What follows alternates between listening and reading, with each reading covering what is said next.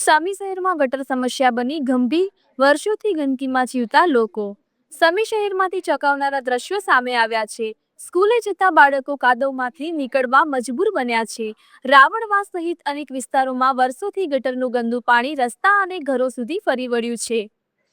સ્થાનિક લોકોના જણાવ્યા મુજબ અનેક વખત રજૂઆત છતાં તંત્ર નિષ્ક્રિય રહ્યું છે. ગંદકીના કારણે મચ્છર માખીનો ઉપદ્રવ વધ્યો. રોગચાળાનો ભય વચ્ચે લોકોમાં ભારે રોષ ફાટી નીકળ્યો.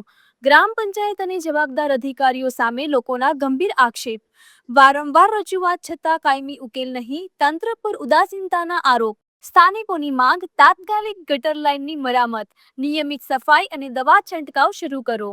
હવે મોટો પ્રશ્ન, તંત્ર સમયસર જાગશે કે પછી રોગચાળો ફાટી નીકળ્યા પછી કાર્યવાહી થશે? સમીમાં ગટર સમસ્યાને લઈને લોકોમાં ભારે રોષ, તંત્ર સામે આક્રોશ વધ્યો. રિપોર્ટર અનિલ રામાનુજ, રાધનપુર, પાટણ. આખા ગામનું પાણી આ ભરાય છે. આનો કાંક નિકાલ લાવો તો સારું છે.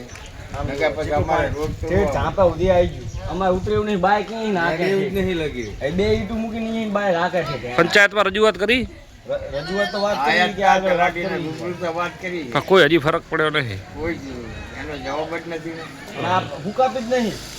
પણ બે દાડા હુકાય અને તરત પાણી આવી જાય. પાણી આવે.